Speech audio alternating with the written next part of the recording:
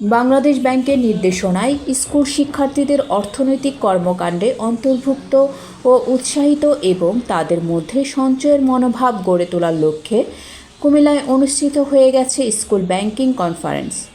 শনিবার দিনব্যাপী কুমিল্লার টুলিপাড়া ফান্টার্ন মিলনায়তনে United commercial bank PLC UCB এর সার্বিক তত্ত্বাবধানে কুমিল্লার 44টি শিক্ষা প্রতিষ্ঠান এবং 44টি ব্যাংকের কর্মকর্তাদের নিয়ে এই কনফারেন্স অনুষ্ঠিত হয়।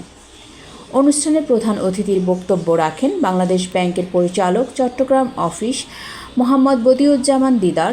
বিশেষ অতিথির বক্তব্য রাখেন বাংলাদেশ ব্যাংক প্রধান কার্যালয়ের অতিরিক্ত পরিচালক প্রজ্ঞা পারমিতা সাহা।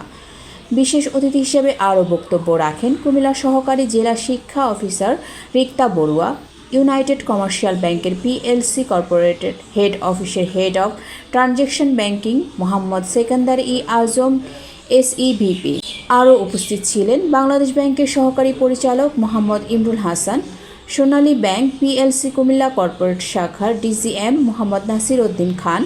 সভাপতিত্ব করেন United commercial bank PLC Comilla শাখার ব্যবস্থাপক ভিপি মোহাম্মদ মুক্তার আহমেদ চৌধুরী। অনুষ্ঠানে প্রায় 250 শিক্ষার্থীর অংশগ্রহণ করেন। বক্তারা বলেন, সারা বাংলাদেশ প্রায় 43 লাখ শিক্ষার্থী স্কুল ব্যাংকিং করেন। তাদের সঞ্চিত আমানত প্রায় 2200 কোটি টাকা। যেহেতু দেশের বড় একটি অংশ শিক্ষার্থী, সুতরাং তাদেরকে অর্থনৈতিক কর্মকাণ্ডে সম্পৃক্ত করতে পারলে দেশের আর্থিক অগ্রগতি বাড়বে, দেশের উন্নয়ন হবে, পাশাপাশি শিক্ষার্থীরা সঞ্চয় মনোভাব নিয়ে বেড়ে উঠতে পারবে। অনুষ্ঠান শেষে আমন্ত্রিত শিক্ষার্থীদের স্কুল ব্যাগ ও উপহার সামগ্রী দেওয়া হয়।